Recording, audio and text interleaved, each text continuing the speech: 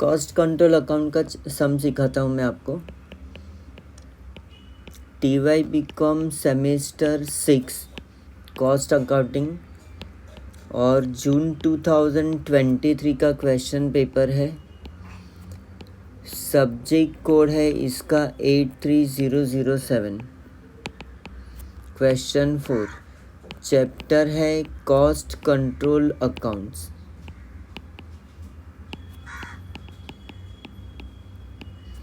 और इसका टाइप है नॉन इंटीग्रेटेड। ठीक है, स्टार्ट करते हैं। क्वेश्चन रीड करता हूँ मैं। इसका मैंने स्टैंडर्ड प्रोफोमा एंट्रीज यहाँ पर करके रखा है। Question 4 following are the balances in cost ledger of Sai Kripa manufacturing company as on 1 April 2022। Stores ledger debit में दिया है, WIP डेबिट में दिया है, फिनिश स्टॉक लेजर डेबिट में, फैक्ट्री ओवरहेड कंट्रोल अकाउंट भी डेबिट बैलेंस दिया है 1200। मतलब कंपनी का जनरल प्रैक्टिस इज डेट कि क्लोजिंग बैलेंस हम लोग कॉस्टिंग पीरियड में as a normal loss write off नहीं करते, उसे कैरी फॉरवर्ड किया है। अंडर या ओवर एब्जॉर्ब का बैलेंस राइट ऑफ नहीं करते, उसे कैरी फॉरवर्ड किया है cost ledger control account credit में। Following are transactions for the year ending. Raw material purchase दिया है, रॉ मटेरियल परचेज 65,000। तो see first entry raw material purchase किया तो raw material comes in normally purchase account debit to cash. तो यहाँ पर purchase के बदले स्टोर्स लेजर और कैश के बदले में CLC।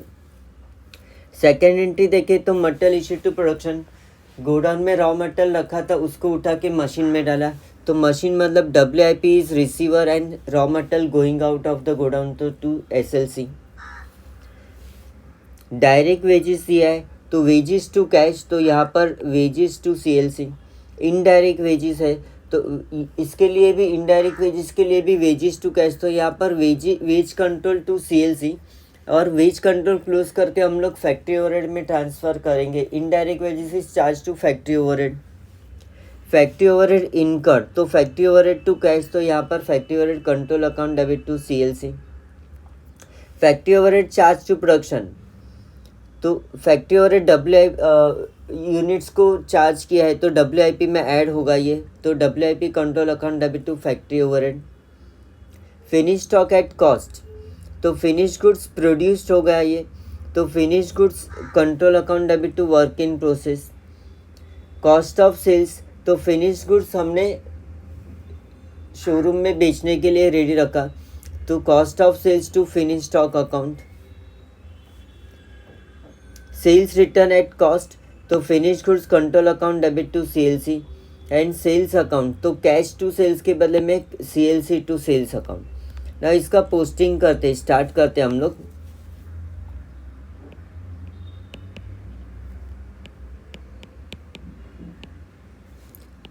In the books of Messrs Sai Kripa manufacturing company opening balances है तो स्टोर्स लेजर में जाएगा to balance brought down 4,500। Work in process में to balance brought down 2,400। Finish stock में जाएगा टू बैलेंस ब्रॉट डाउन 4,000। और कॉस्ट कंट्रोल अच्छा factory overhead दिया है। फैक्ट्री ओवरहेड का अकाउंट बनाना नहीं है, लेकिन मैं एज अ रफ में working note balance brought down factory overhead control का लेजर अकाउंट भी मैंने प्रिपेयर किया है। फिर cost control account CLC credit balance दिया है। By balance brought down 12,100। ठीक है, following are transactions for the year तो raw material purchase raw material comes in तो stores account debit to CLC 65,000। और CLC में जाएगा by stores ledger control account 65,000। Direct material issued to production, तो raw मटेरियल उठा के हमने मशीन में डाला, तो यहाँ पर मशीन मतलब WIP इज रिसीवर, तो यहाँ पर आएगा to stores ledger control account 52,000, और ये इधर स्टोर्स लेजर में रॉ मटेरियल गोइंग आउट, तो यहाँ पर work in process control account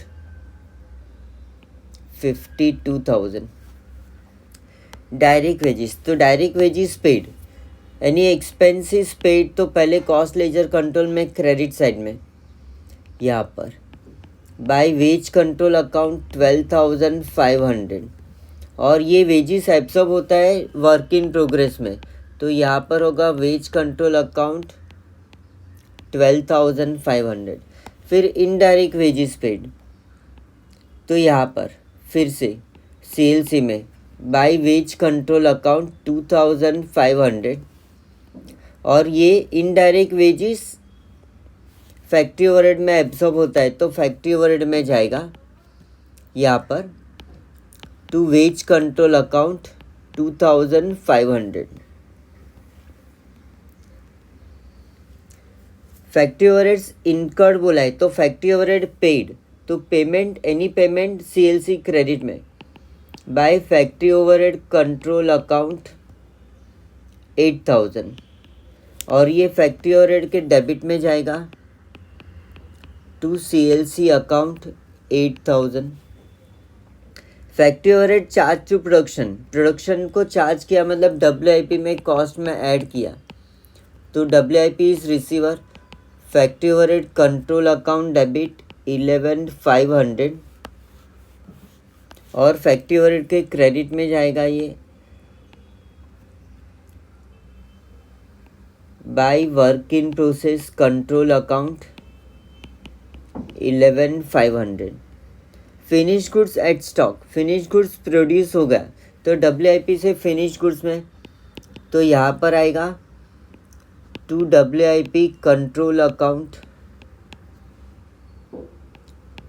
72,000, और मशीन से माल बन के जा रहा है तो by finish goods control account 72,000।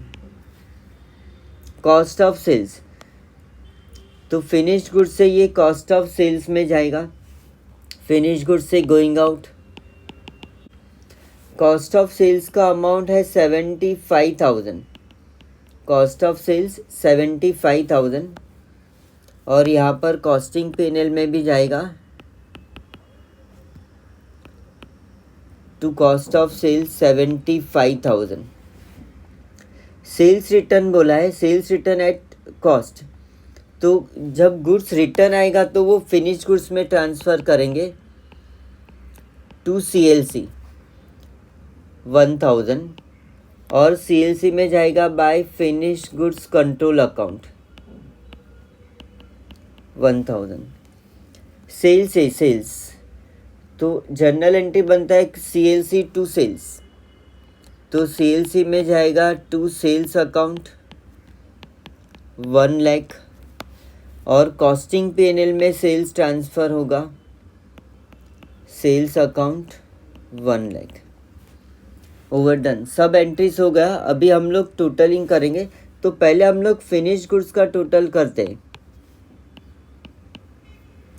Finish goods debit में टोटल है 11,700, इधर 200 का डिफरेंस है।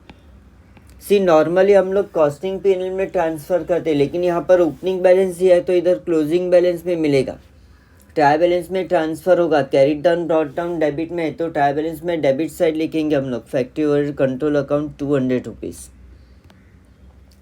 पहले हम लोग wages, factory overhead, office admin और सेलिंग एक्सपेंस इसको बैलेंसिंग करते। अभी नेक्स्ट स्टेप है स्टॉक अकाउंट को टोटलिंग करेंगे, तो यहाँ पर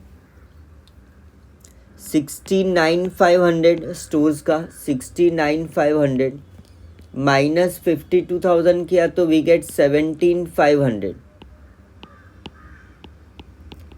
बाय बैलेंस कैरिड डाउन। अभी वर्क इन प्रोसेस डेबिट का टोटल है 78,400,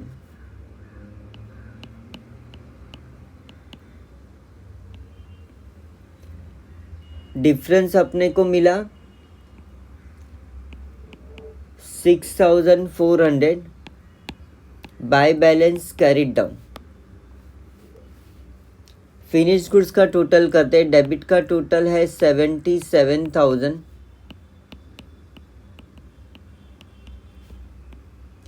इधर डिफरेंस आया 2,000 bye balance carried down.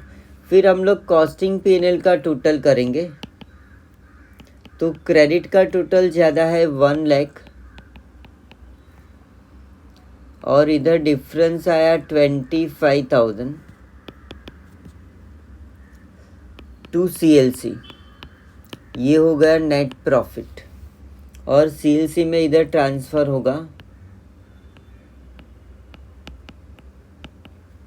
Bye costing PNL 25,000। Costing PNL का भी टोटल करते हैं हम लोग। क्रेडिट का टोटल ज़्यादा है 126,100, तो यहाँ पर डिफरेंस आएगा 26,100 टू बैलेंस कैरिड डाउन। और ट्राई बैलेंस बनाएंगे तो टैली हो जाएगा ये।